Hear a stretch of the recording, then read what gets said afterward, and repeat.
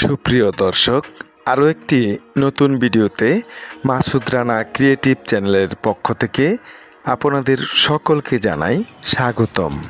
বন্ধুরা, তাহলে চলুন দীর্ঘ খরা মৌসুমে বৃষ্টির জন্য গানে গানে প্রার্থনা ভিডিওটি দেখে আসি।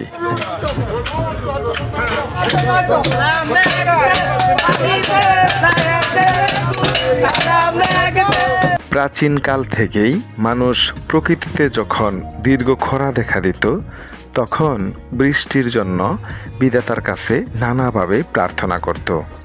কেউ গান গেয়ে, আবার কেউ কেউ মানত করে, আবার কেউ কেউ উপোস করে রোজা রেখে মিলাদ দিয়ে বৃষ্টির জন্য প্রার্থনা করত।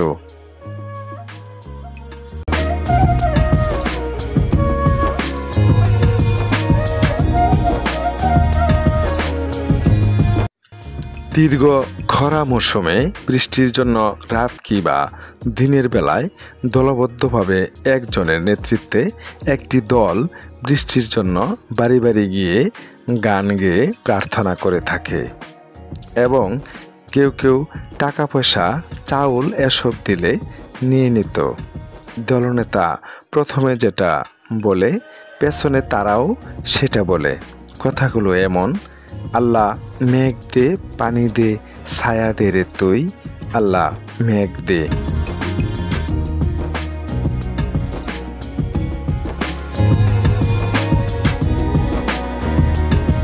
দীর্ঘ সময় বৃষ্টি না হলে একই পরিবেশে কয়েকটি সমস্যার উত্থান করতে পারে, যেমন জমির শুষ্কতা, জলাবদ্ধতা, মাটির সংক্ষেপ এবং জলের অভাব। এই সমস্যাগুলি সাধারণত কৃষি, সারিবাহী সম্পদ ও জনস্বাস্থ্যে প্রভাব ফেলে। দীর্ঘ খরার মৌসুম শহরে এবং গ্রামের মানুষের জীবনে বিভিন্ন দিকে তীব্রভাবে এর প্রভাব ফেলে। বন্ধুরা, শৈশবে আমারও এই বৃষ্টির প্রার্থনা গান গাওয়ার সৌভাগ্য হয়েছিল। আমরা বাড়ি বাড়ি গিয়ে উঠোনে নেচে গেয়ে গান গেয়েছি। অমনি সেসব বাড়ির মানুষ আমাদের গায়ে পানি ছিটিয়ে ভিজিয়ে দিয়েছে। কখনো কখনো এক মুষ্টি চাউল নিয়ে সেসব বাড়ি আমরা ত্যাগ করেছি। আমাদের দলনেতা মোহাম্মদ সাত্তার সেই সময় সেই বৃষ্টির প্রার্থনা গানের নেতৃত্ব দিত। ওই সংগ্রহিত চাল দিয়ে পরদিন আমরা খিচুড়ি রান্না করে সবাই একসাথে খেয়েছি। আহা, কি যে আনন্দ! সেদিনের সোনালি স্মৃতি কি সহজে ভোলা যায়? বন্ধুরা, যারা আজকের এই ভিডিওটি দেখছেন, তাদের কাছে আমার অনুরোধ, বৃষ্টির জন্য গানে গানে প্রার্থনা দল যদি আপনার উঠোনে কখনো কোনো দিন আসে, আপনারা মরিচের গুঁড়ো মিশ্রিত পানি, পচা জীবাণুযুক্ত পানি এদের গায়ে ছিটিয়ে দিবেন না।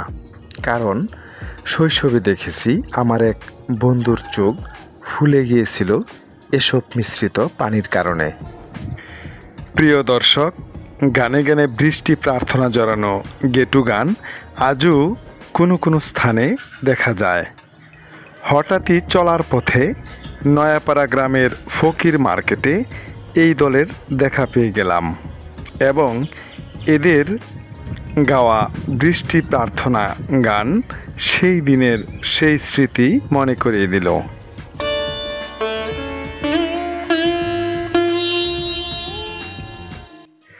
প্রিয় দর্শক, প্রকৃতির নিয়মে বজ্রবৃষ্টি কমে যাওয়ায় দীর্ঘ হচ্ছে তাপদাহ।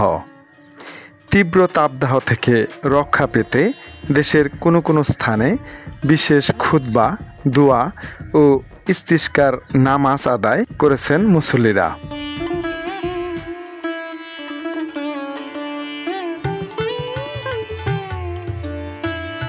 আসলে আমরা যতই বৃষ্টি প্রার্থনা করি না কেন, এই বৃষ্টি যৌক্তিক সময়ে হওয়া ভালো। কারণ এখনও হাওর অঞ্চলে এবং দেশের বিভিন্ন স্থানে কৃষক তার ফসল গড়ে তোলা শেষ করে নেয়।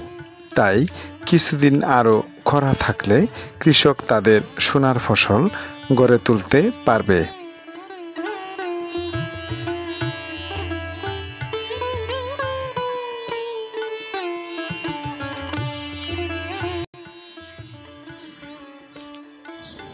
বন্ধুরা, বৃষ্টির জন্য প্রার্থনার পাশাপাশি প্রচুর গাছ লাগান।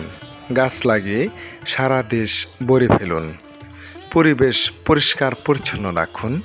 প্রকৃতির ক্ষতি না করলে সময় মতো বৃষ্টি হবে, রোদ উঠবে, আমরা ফুল ফল পাব।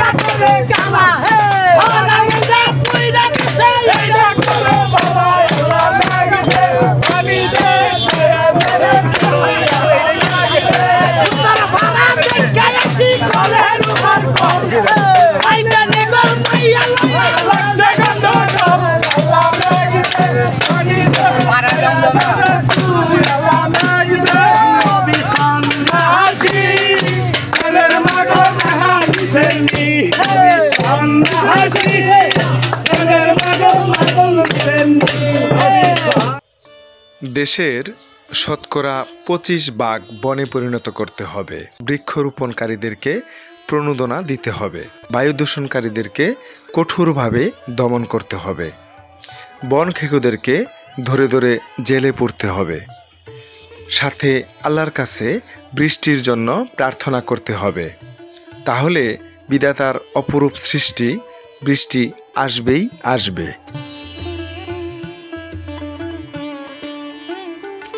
প্রিয় দর্শক, গানে গানে বৃষ্টি প্রার্থনা এই ভিডিওটি যদি আপনাদের ভালো লাগে তাহলে আমার চ্যানেলটি অবশ্যই সাবস্ক্রাইব করবেন এবং একটি লাইক দিয়ে পাশে থাকবেন। গত 3-4 দিন ধরে রাতের দিকে ঝড় বাতাস বইছে ঠিকই, বিদ্যুৎও চমকাচ্ছে, কিন্তু যে বৃষ্টির প্রতীক্ষায় আমরা চাতকের মতো চেয়ে আছি তার দেখা তেমন মিলছে না। প্রকৃতিকে দূষণের কারণেই এটা আমাদের প্রাপ্য। তবুও বলি, আয় বৃষ্টি ঝেপে, ধান দেব মেপে।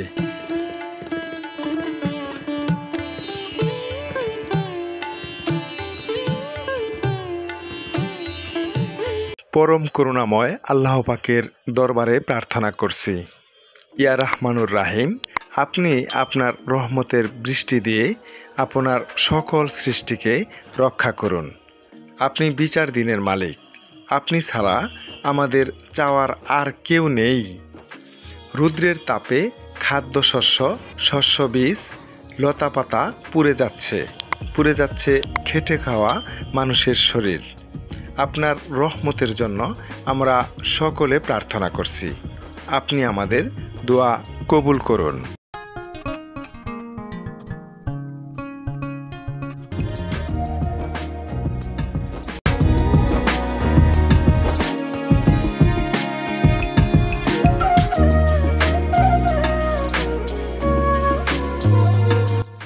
প্রিয় দর্শক, গানে গানে বৃষ্টি প্রার্থনা এই ভিডিওটি যদি আপনাদের ভালো লাগে তাহলে আমার চ্যানেলটি অবশ্যই সাবস্ক্রাইব করবেন এবং একটি লাইক দিয়ে পাশে থাকবেন।